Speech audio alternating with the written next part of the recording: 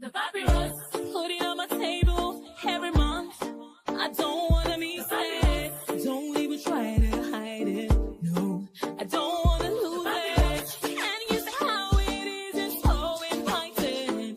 The papyrus, we're all so alive. The papyrus. Hello and welcome to the Papyrus TV News with Nigeria News Digest. First, the headlines. Senator Bello donates 50 million naira to flood-ravaged communities in Niger State. Taraba APC moves to expel members who took appointments from PDP-led government.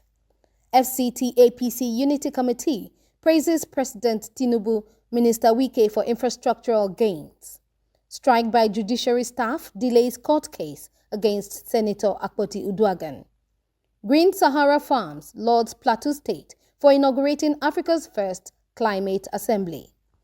PAC chair raises alarm over 300 billion naira in unaccounted federal spending. Niger State Governor Bago grants pardon to 11 death row inmates in peace move. Now the details.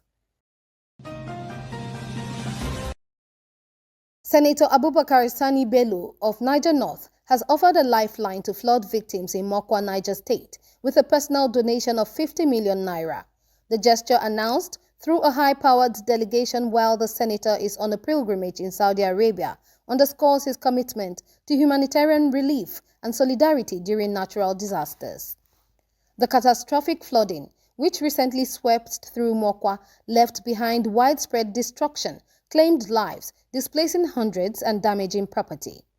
The delegation, led by Right Honorable Adamu Usman, a former Speaker of the Niger State House of Assembly, and Honorable Mikhail Al-Amin Mitosai, delivered the senator's message to the Indalile of Mokwa, Alhaji Shaba Aliyu, at his palace.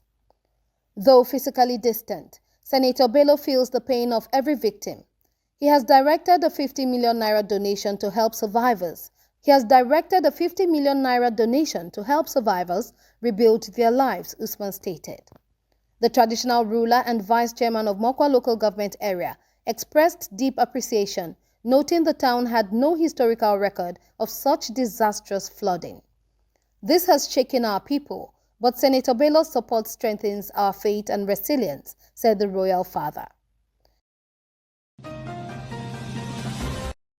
Meanwhile, the Taraba State chapter of the All Progressives Congress APC has taken a hard stance against what it calls unauthorized political fraternization, ordering the removal of members who accepted appointments from the rival PDP-led administration of Governor Agbu Kefas.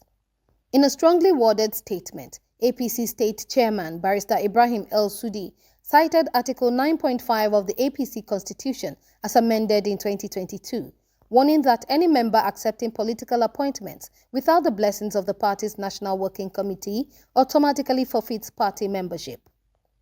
We have verified that no such approvals were granted, El Sudi said. Accepting such appointments is tantamount to anti-party activity and disloyalty. He directed all ward and local government APC chairmen to identify and delete such members from the party register and reclaim any party property in their possession. Continuing, Senator Jibrin Wowo, chairman of the APC Unity and Reconciliation Committee (URC) in the Federal Capital Territory (FCT), has commended President Bola Tinubu for what he described as transformational strides during his 2 years in office. Wowo specially hailed the completion of the Mabushi Bridge and improvements around Nikon Junction as practical proof of Tinubu's resolve to improve FCT infrastructure. He also praised FCT Minister Nyesom Wike's proactive governance, stating that his hands-on leadership has shortened commute times, improved road access, and restored public confidence in the APC. The compensation provided to affected families during resettlement efforts is a mark of compassionate governance, Wowo added, linking Wike's achievements to the success of the APC's renewed hope agenda. In another development, judicial proceedings against suspended Kogi Central Senator Natasha Akpoti Uduaghan has been delayed due to the ongoing strike by the Judiciary Staff Union of Nigeria, JUSUN, which began Monday, June 3rd. Akpoti Uduaghan facing criminal charges for allegedly making defamatory statements against Senate President Godswill Akpabio and former Kogi State Governor Yahaya Bello, was due to appear at an FCT High Court. Her lead counsel, West Idahosa SAN, confirmed the adjournment. According to the federal charge filed on May 16, 2025, the senator had claimed on live broadcast that Akpabio and Bello discussed a plot to assassinate her. She also allegedly linked Akpabio to an organ harvesting scandal involving the late Inubong Umoren. Akpabio, Bello, and 4 others are listed as key witnesses in what may become one of the most politically charged trials of the year. Moving on, Green Sahara Farms has hailed Plateau State's launch of Africa's first climate assembly as a landmark moment in the continent's climate policy evolution. The announcement came after Governor Caleb Muftwang, in collaboration with the State Ministry of Environment and Acrisal Plateau, initiated the participatory governance structure aimed at addressing environmental crisis through inclusive policy making. Aisha Zana, communications lead at Green Sahara Farms, praised the project's conceptual roots in Acrisol's policy frameworks and the implementation acumen of Commissioner Peter Gwom. This initiative sets a model for the continent, showing that African subnational governments can lead in climate action, Zana said. The assembly is expected to become a reference point for other African regions seeking community-driven climate governance.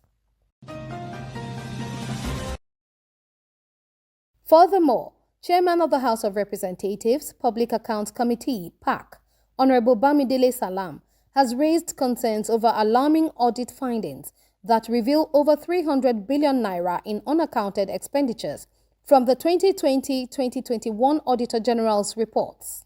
In a press briefing ahead of the July 2025 National Conference on Public Accounts and Fiscal Governance, Salam said that high rates of unauthorized virements, repeat audit queries, and poor financial compliance among over 60% of ministries, departments, and agencies, MDAs, represent a systemic failure. If unchecked, these trends could cripple public trust and democratic institutions, Salam warned. The conference will host President Bola Tinubu, VP Kashim Shettima, Senate President Godswill Akpabio, Speaker Abbas Tajuddin, and international anti-corruption experts. Aimed at transforming Nigeria's fiscal accountability landscape, the event seeks to cut unaccounted expenditure to under 1 billion naira by 2026 and reduce non-compliance rates to below 10%. Conclusively, Governor Mohammed Umaru Bago of Niger State has granted state pardons on 11 individuals previously sentenced to death in a bid to foster reconciliation between Gaba and Amfani communities of Lavun local government area following a deadly communal conflict. Attorney General Nasiru Muazu, who announced the decision, said the pardons were issued under the governor's constitutional powers after a series of reconciliation meetings and a formal request reviewed by the State Advisory Committee on the prerogative of mercy. The governor's gesture is a peace-building mechanism, Muazu said, urging other communities involved in similar disputes to consider submitting formal petitions for clemency reviews. The pardoned individuals include Mohammed Mohammed, Nana Alhaji Sheshi, Isa Baba Nmadu, and 8 others. The state has gazetted the pardon under an official legal instrument signed on May 28, 2025. The